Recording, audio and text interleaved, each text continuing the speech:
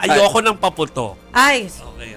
masama yan. Manonood lang ako. Ako din. Manonood lang din. Ako So, din, Merrimon, papalakpak. I'm sure marami na bumibili ngayon pa lang.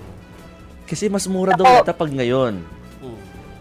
Tama, Mona, Jovi, Marcel, good evening at Merry Christmas sa inyo. Merry Christmas. Galing tayo ng Bukawi, Bulacan, and umaga pa lang kanina kahit araw ng Pasko, ang dami nang nagbukas and 24/7 na silang operating. Yung mga nakausap natin, ang lalayo ng pinanggalingan, meron ng galing ng Quezon. 6 hours ang binyahe, dinayo lang nila ang Bukawi para makabili ng paputok. Kasi mas mura raw yun compared sa kung bibili sila doon sa kanila. Yung gas daw, ibibigay na lang daw nila yung budget doon tapos sa mga paputok. May nakausap din tayo ng galing ng Bataan na along the way din daw, naisip nila, bumili na rin daw ng paputok. Kaya naisipan nila dumayo ng Bukawi. And kahit tayo kumuha rin tayo ng ilang mga sample. Kasi for example, etong mga fountain. Merong malalaki, merong mga maliliit.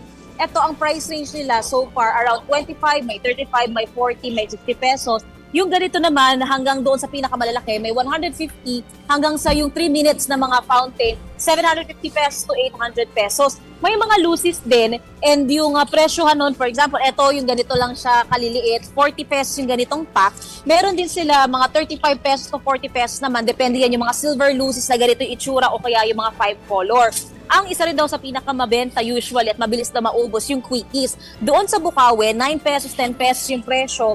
Pero habang lumilipas yung araw, pwede pa tong tumaas. Yung mga sinturon, tulad nito, eto higad to kasi mas maikling version daw. 1:1 pa yung presyo ng ilang mga tinda.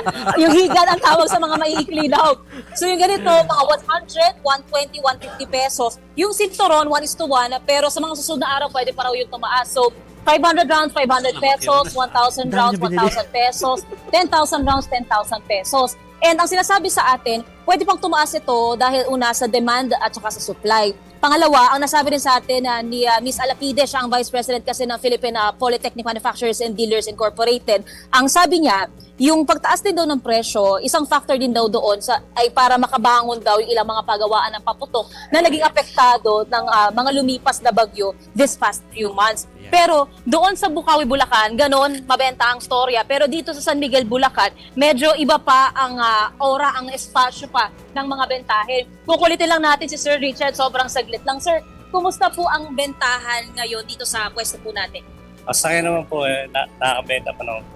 So, kailan po kaya natin mararamdaman yung peak ng mga mamimili? Mga 28, mga 29. 29 peso. So yun yung, salamat po sir. So yun yung latest mula dito sa Bulacan. Okay. Pero ang magandang balita na lang, 24/7 na karamihan ng mga magtitinda. At as early as now daw, mamili na raw bago magtaasan ang presyo ng paputok. Balik Pero sa inyo. Merrimon, dun sa pag-iikot mo kanina, wala ka namang nakita ng mga illegal na paputok. Yung mga Goodbye Bading, Goodbye Philippines, wala nang ganon. Wala mase. At may mga rumorondang pulis. At meron pa silang ginagamit sa speakers nila na nagpapaalala lagi ng mga ipanagbabawal na paputok. At may mga bago pa nga dyan na mga pangalan. Sara and Curly Discaya, merong Tino, merong Juan, merong Senator Aimee. Yan yung sa mga pangalan ng mga bagong pinagbabawal na paputok. Pero ang nasabi rin sa atin ni Miss Alapide is yung iba raw sa mga illegal na paputok pala, and i-rebrand lang nila para magkaroon daw ng bagong pangalan at mag-trending ulit. So yung mga luma raw dati na ipinagbabawal, i-rebrand daw, yun daw yung bagong pangalan ngayon. Pero for them, ito raw yung isang kompetensya nila. Yung mga illegal daw na nagbebenta at illegal na paputok ang binibenta. Kaya ang panawagan nila, bumili raw sa mga certified at mga may lisensyado na tindahan ng paputok. Okay. Thank you, Merrimon. Thank you, Merrimon. Merry Parang Christmas. Ready na si Merrimon sa New Dami niya Year. binili. Dami niya Pero ang binili. hirap kasi i-store. Ako, inisip ko rin, tinatanong Diba? ko kanina. Pag ganito Oo. kaaga. Paano mo itatago sa bahay mo? Pero alam mo, takot ako dun sa luces na binili ni Merrimon kanina. Yung mahaba? Silver, yung mahaba.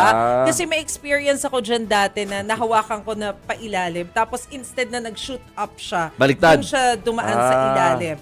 So, medyo iwas na ako sa ganung lucis. Natakot Ay. ako. Manonood na lang po ako sa rooftop natin. Ay, ang dami. Ay, oo. Kaliwat ka na kayo maganda tingin. doon. Meron doon, meron ganyan, oo. Ha? Sabi ko sa'yo, tagapalakpak lang ako. Yay! Taga-ingay.